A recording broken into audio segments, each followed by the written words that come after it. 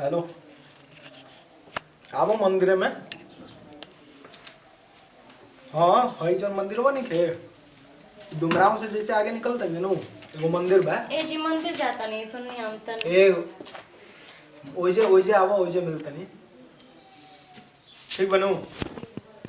चलो ठीक है ठीक करे के बाटे कनी मंदिर जाता नहीं तन हम चलो पूजा करे के बा रुकी आओ तनी हम पूजा के थाली ले। तार दिमाग खराब बका।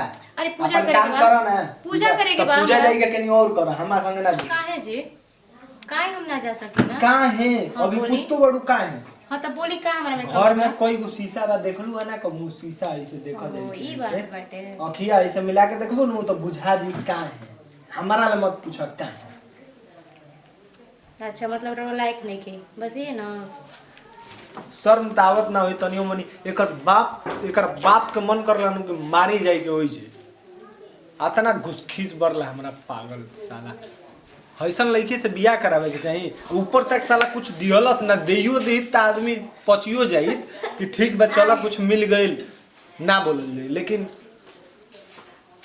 जइहन घूमे जइहन आवत नहीं तो तोर पूरा करतनी रुक आवत नहीं। कितना दुख लागेला काहे करिया बानी त भगवान की पूजा भी करे ना जा सकी ना और वो बाड़ी ज्यादा अपने आप के स्मार्ट समझत रही हंस के गईली हमरा ऊपर का भगवान करिया गुड़ तू ही बनावेला और केहू के गोड़ और केहू के करिया हमनी के इतना बेइज्जत होला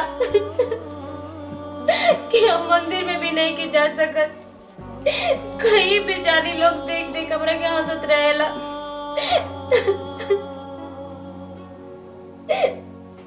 पति इतना सुंदर काहे दिला हमरा के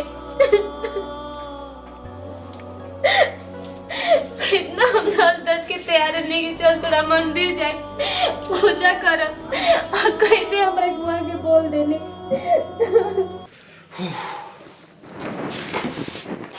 कहाँ गई ओए कहाँ बड़ू पानी दो यार साला नोटा कोनो काम के बेकारू नहीं टाइम पना पानी दी ना कुछ करी लीजिए ना खाली पे पे पे पे पे पे घूमे जाइए आ गए मंदिर से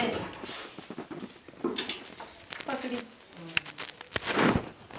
सुनो तहारा खातिर बैठल बनो अपना बाप भेरे फोन करा हाँ आ ओकरा मंगाओ पैसा हमरा 2 लाख रुपया के जरूरत बा का देखिए ऐसे कहे रहो पापा पास पैसा नहीं के देके हम अपने हम पैसा गरीब नहीं घर के के पागल नहीं हम ठिका ले लेबनी हम तो हम पैसा से शादी तो कर हैसन सकल से हम शादी कर लेबनी हां ई तारा समझ में नहीं क्या आवत 2 लाख रुपया काल भोर तक हमरा चाहिए हमरा पापा के पास पैसा नहीं कि अगर पैसा रही तो पापा हमार इतना ताना सहे खाती हम ना रुक सुनो के सुनो पास पैसा नहीं खे नु तो अपन है कुल शाम ताम झाम में उठाओ आ एजा निकल ई का कहत नहीं जी हम कहां जाए हम बियाह करम हम का जानता नहीं कहां जेबू ई रो खेल समझत नहीं का रो खेल समझत खेल नहीं और से शादी मतलब नहीं के के सीधा बा अपन बाप के फोन लगाओ ये फोन आखिर हम का गलती कइनी है हाँ बोली लिया के चल जा लिया के छोड़ा ना घरों में लोग कहता रहे कि करिया बिया भैंस नियन मेहरारू मिलल बिया एकरा के जेने जा सब हंसते बा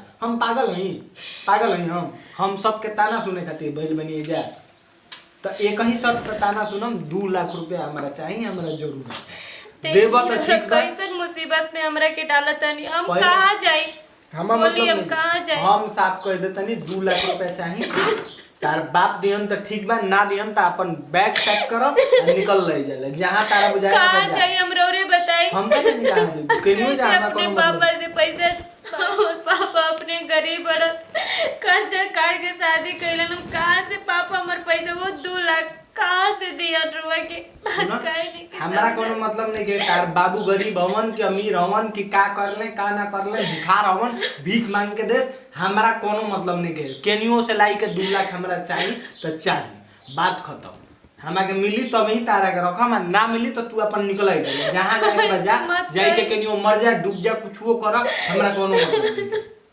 ठीक बनू एक बार मैं बुझा गल बार हम बोलम ना अपना बाप मेरी फोन करे के पता कर ले ना तो जो जोन बुझाए तो हम कहा पापा से रो रहे हम का जानी का करे कि हमरे के तो 2 लाख रुपया था हाँ रौरा ने की समझत, लेकिन हम अपना बाप की मजबूरी समझत नहीं। हम कहां से तो मजबूरी समझता रहता, बैग अपन उठाओ भाग जाए कहां जाए रौरे बताइए, हम कहां जाए? हम का जानी लड़की की शादी होला नैयर से डोली और ससुराल से आलती रो हम मार दी हमरा के, हम जाई ना कहां? हम काहे के मार दी, हम पागल नहीं भाग जाए जले थे हम कोई दिन के भाग गेलिए तो टंकी नहीं के करे के भाग जा अपन बैग लेके भाग।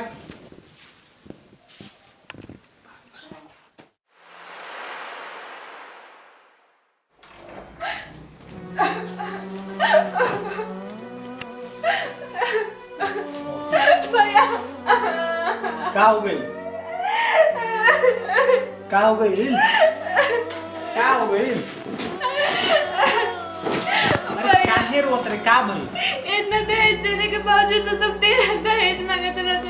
आ कहता से दहेज ना लेके भी तो एक घर में तोर कोनो जगह नहीं कि कोनो दहेज मांगत रे सन। हाँ भैया भैया हम कहाँ से आए, पर का करी हमर पूरा गाना निकाल ले भाई हमर जेठा।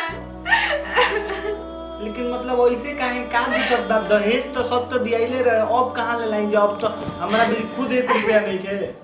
भैया कहत ना कि जौन 1 लाख रुपया तय भइले तोर भाई ना देलस।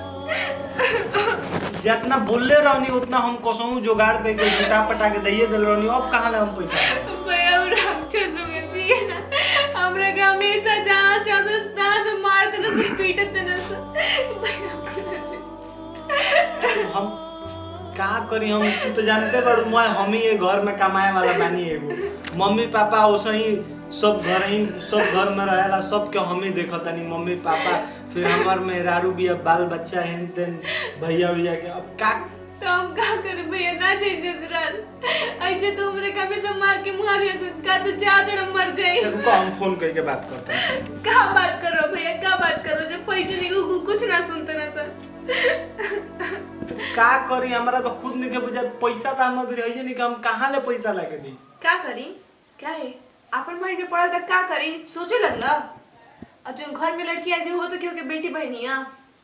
हाँ ओ दिन फोन कैले रहनी तो ओकरा के कितना सुनाता रहला, हम सारा बात सुन लेन बानी। भैया आखिर दहेज लेके का होई? आ रंग रूप, आखिर रंग रूप आज के जमाना में मायने ना रखेला। और कहाँ भैया इतना पढ़ल लिखल होने के बावजूद तू ये सब बात में। भौजी ए भौजी बनिका बैठा भौजी, रुकी पानी में रोक ना ना भौजी ठीक बैठे। आखिर का कमी बैठे लड़की में आ जो इतना अत्याचार करता ला आ? जैसे तू 1 मिनट खातिर तू सोचला हो जैसे हमरा बहन पे इतना अत्याचार होता वैसे यूं क्यों के बेटी है ना, एकरा पे अत्याचार करके का मिली? हाँ अरे भगवान ना करे कि कोनो गलती है जानबूझ के कल इतना अत्याचार सते तो इनकर भाई पे का गुजरी, जो ने किसान बैठे इनकर बाप ओकर ओ बाप पे का गुजरी। वो तो ऐसे जानते अपने खुद आत्महत्या कर लिया सर कि हमारी बेटी कैसे कुछ हो गई। दीदी आप हमरा खातिर इतना कइनी। अरे ना हो इते को लड़की के फरज आप है इनके समझाओ तनी, हमरे की कहत नहीं कि पापा से 2 लाख रुपया मांगा ना तो हमरा घर से निकल जा। कहाँ से लाके तब बेचारा। हाँ वो तो खुद ही अपन खेत में किसानी करे ना 2 रुपया आवे तो काम के नून रोटी बनेला। अरे भैया हमको से सुधर जा। अच्छा जाए हम ना हमरा के हम तो बस नौटंकी कैले रहनी है इनकरा खातिर। और वैसे भी हमारे हस्बैंड इतना हमारे घर वाला तोहरे लेखा बारू ना सोचने जाए तो भगवान के दया से हमरा के अच्छा घर दुआर मिली। गंदा सोचना बाटे हमारे परिवार के।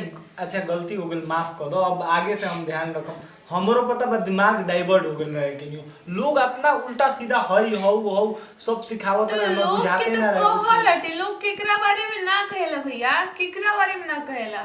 जे अच्छा बाटे ओकरो बारे में कहेला, जे बुरा बाटे ओकरो बारे में। लोग के काम है कहना, लेकिन अच्छा हम आगे से हम ध्यान रखम, ऐसा अब आगे ले गलती ना करम ऐसा।